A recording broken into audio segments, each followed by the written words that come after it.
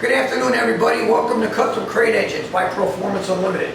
Happens to be one of our 427 Windsor Strokers.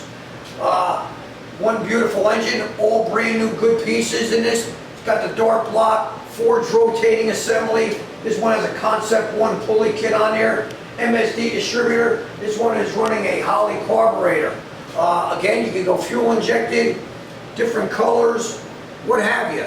We let them, you pick what you want, and we build it the way you want, and let us decide on how much horsepower it's going to make when we're done dynoing. But they always exceed what I promised, because that's the way we build motors around here. We beat all our competition, and if you're looking for something, give us a call, order, and get in line. Peace. Fires up beautifully. We got idling around 750.